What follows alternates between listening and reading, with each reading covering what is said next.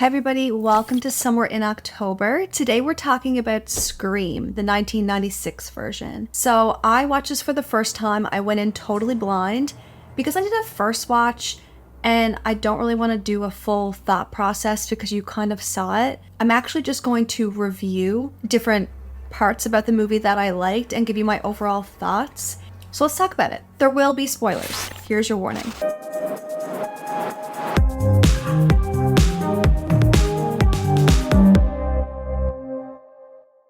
So when I started it, if you see my first watch, I had to take a pause during the intro. That was one of the most crazy intros I've experienced.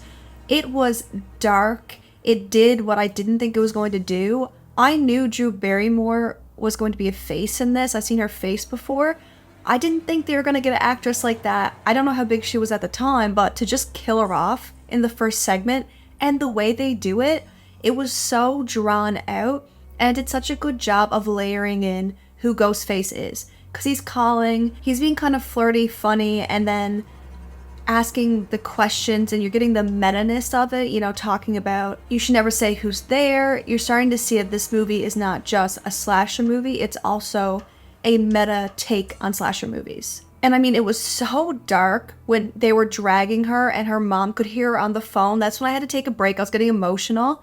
It was so dark and disturbing. I did not know what I was getting into. I love the whodunit aspect. I think that's a lot of fun.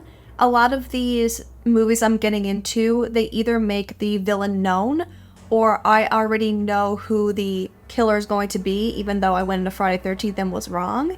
But I like the whodunit. I was all over the place with my guesses. It's so funny because when I did my first watch, I had to edit it. I edited those. I started picking up on so many clues and details.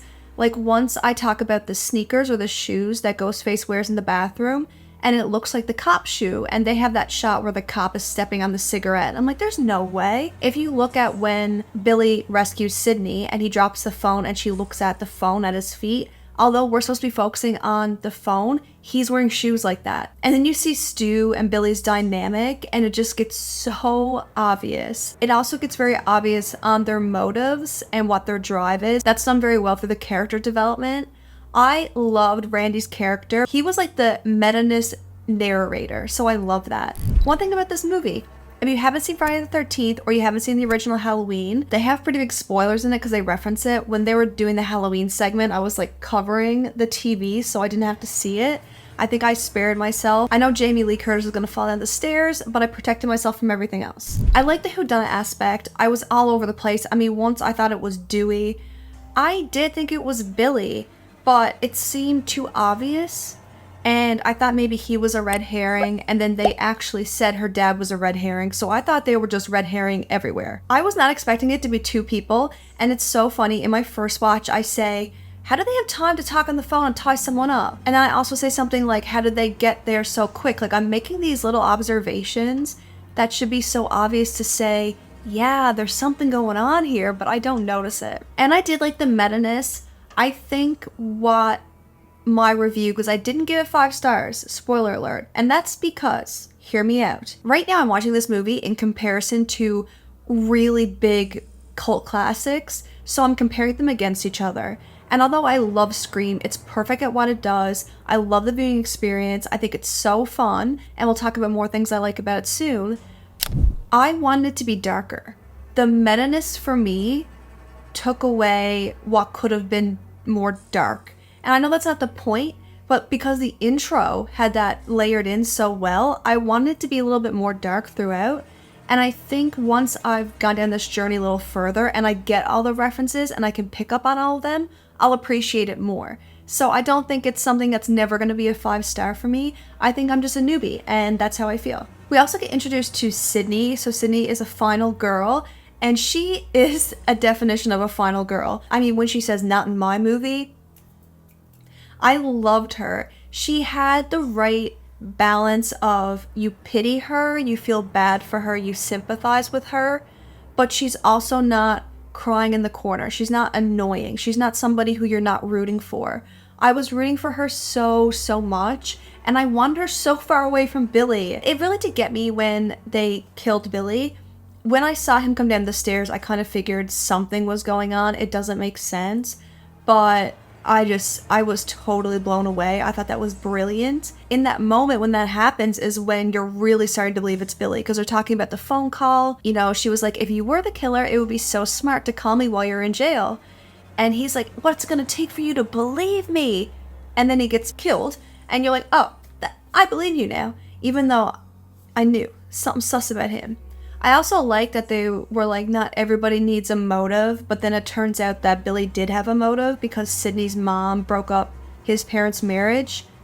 That's his words. The dad is to blame as well. And it was so funny when I loved Stu. I'm so sad he was in this. But when Stu was like, peer pressure, man, I loved it. He was such a funny character, and he was so minor that it would not even come to my mind. There was one point when there wasn't many people left at the house and Billy was killed, so I was like, okay, where's Stu?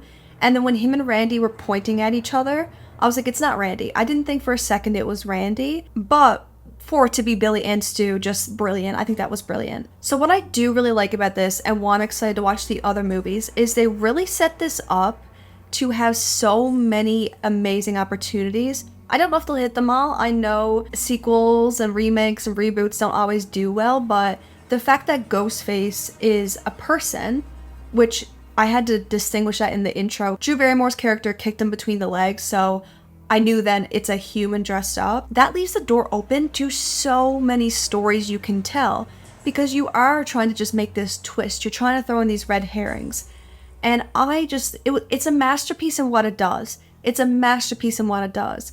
I just think I would enjoy it more if I had more references to pull from when they talk about them. So let me know your thoughts below.